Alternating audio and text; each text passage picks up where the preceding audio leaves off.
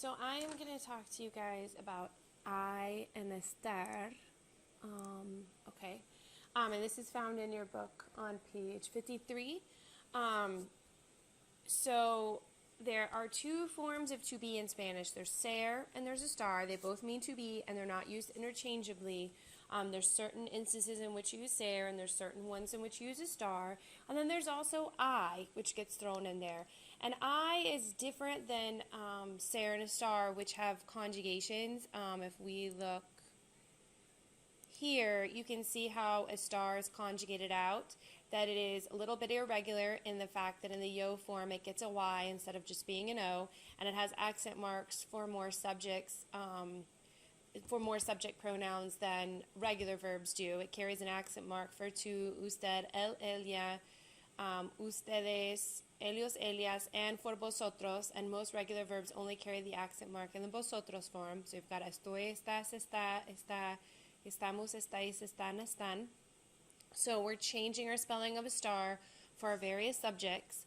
I, however, just stays I. So whenever we use I, whenever it's a situation that requires us to use I, there is no other spelling of I that we're going to use. It's only going to change its spelling when we change tenses. And right now we're still in level 1, so we're only dealing with the present tense. We haven't moved on to look at preterite or imperfect. So whenever you want to say in English there is or there are, that's when you would use the word I as opposed to estar.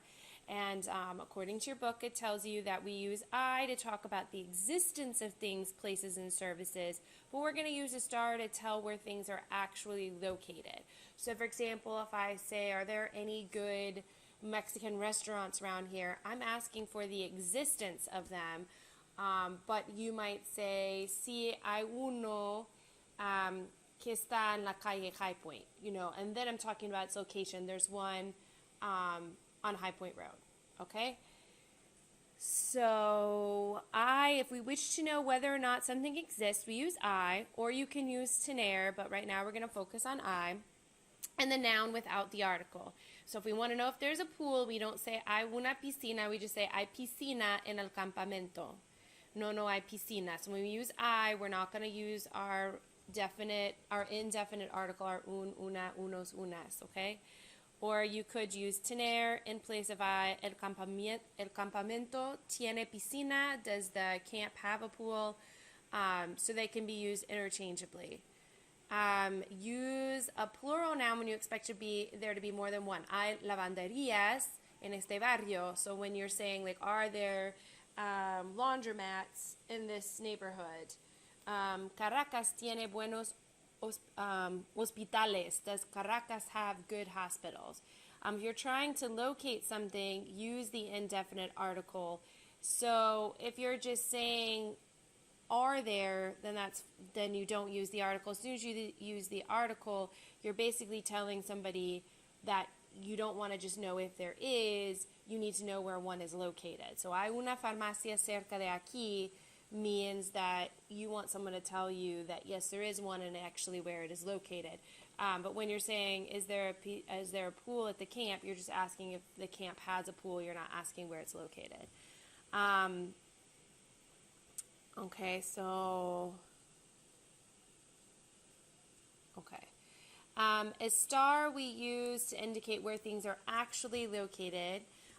So el restaurante, and they show you está is the singular and están is the plural, because if we're talking about the location of things, our subject is going to be a thing or a place. And so, if I'm saying the restaurant is located in la Avenida Libertador, then what I'm talking about is the location of the restaurant. The restaurant is the subject. That's what I want to know the location of. And so I conjugate my verb for el, ella. I'm saying, is it on la Avenida Libertador? La farmacia está en la Plaza Bolívar. But here, so the same thing. The pharmacy, it is en la Plaza Bolívar. But el restaurante es masculino and la farmacia es femenina. So you treat them like el, ella, but whenever you conjugate, if you remember, the spelling for el, ella is the same, so it doesn't really matter. Where am I? Okay, but when it's plural, here I'm saying the museums are next to the Park Los Caibos, Okay. And it's what I'm talking about is the location of the museums, which is plural, like as en ellos, they. So I could say the museums are next to the park Los Caibos, or they are next to the park Los Caibos. Um, so therefore I'm using ellos. Las farmacias están en la Plaza Bolívar. So whenever your subject is something other than a person, if it's an inanimate object or a place, a thing or a place, then you're going to either be conjugating for el elia or ellos elias, and that's dependent upon whether your subject is singular, el elia, and if it's plural, ellos elias. Okay. Okay. So here it just tells you the verb, the English verb to be corresponds to either ser or star. In Spanish, you've already studied the use of ser to talk about nationality and profession, or to define identity, or describe an object or a person. A star is used to talk about location. And there's more uses of a star, but one of the main ones is to talk about location. Here, hay una peluquería por aquí cerca. So she's using una this time because she wants him to tell him, she wants this person to tell her yes, and to tell her then where it is, not just to let her know that there are, like if she was moving into the area, she might just want to know, are there salons around here, and she would leave the article out. But when she puts the una, she's, look, you can see her hair's a mess. She's in desperate need. She wants this person not to just tell her that there are some, but where exactly they're located. Okay, so let's do some practice.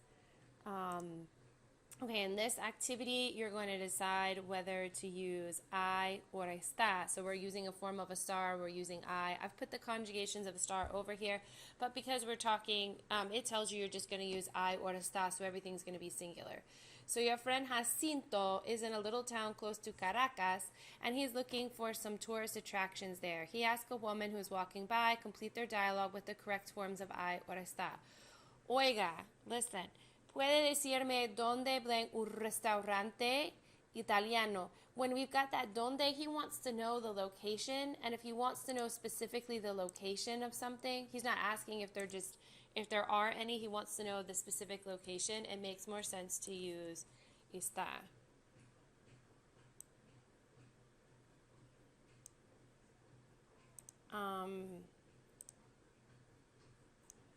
Actually, I'm going to change that. You could say donde está, but it makes more sense here for it to be I, because even though he does want to know the location, he's saying, it makes more sense to say donde hay un restaurante italiano, because he wants to know if there is one and where it's possibly located. Pues sé que uno muy bueno blank acá muy cerca. So now she's specifically talking about the location. So we're going to put está. And typically when you see where it's like acá, aquí, or any other prepositions, you're tending to use a star, because acá means here. So she's saying there's one located here, very nearby, pero no sé exactamente dónde. I don't know exactly where. Muchas gracias. ¿Y dónde blank la oficina de turismo? And where, donde hay... No, and this one will be donde está la oficina de turismo. And the only reason here why I think you cannot use I is because of the la. When we're talking about where a location of something is using I, it's going to have to be the indefinite article, the un. But when you use the la, you're being more specific. You have to use a star. I know... Bueno, so he wants to know where it is. She says, I know, lo siento, no blank oficina de turismo en este pueblo. So here she's not talking about location, she's talking about existence. She's saying there does not exist a tourism office in this town. So no hay oficina de turismo en este pueblo. Bueno pues, pero el centro blank lejos, this is a preposition. When we use a preposition, we want to use a star. So if you see things like al lado de, cerca, lejos de, you're going to use a star. Okay. Me imagino que blank restaurantes allá, no? So then he's saying, I imagine that there are restaurants there. Here he's talking about the existence. Again, because he doesn't know, with the me imagino, he doesn't know for a fact if there are any, so you would use I. So, ¿puede decirme dónde hay un restaurante italiano? Pues sé que uno muy bueno está acá muy cerca, pero no sé exactamente dónde. And I will put here. This is why we're choosing a star, and this is why we're choosing a star. And here it's that no, she's saying it's the existence. She's saying there's not one at all. This lejos is why we're using a star. And this me imagino is probably what gives you the clue that we need to use I, because he doesn't. That's not a term of certainty. He's imagining that there exist restaurants there. Sí, muchos tome el autobús la línea 36. Muchas gracias. Adiós.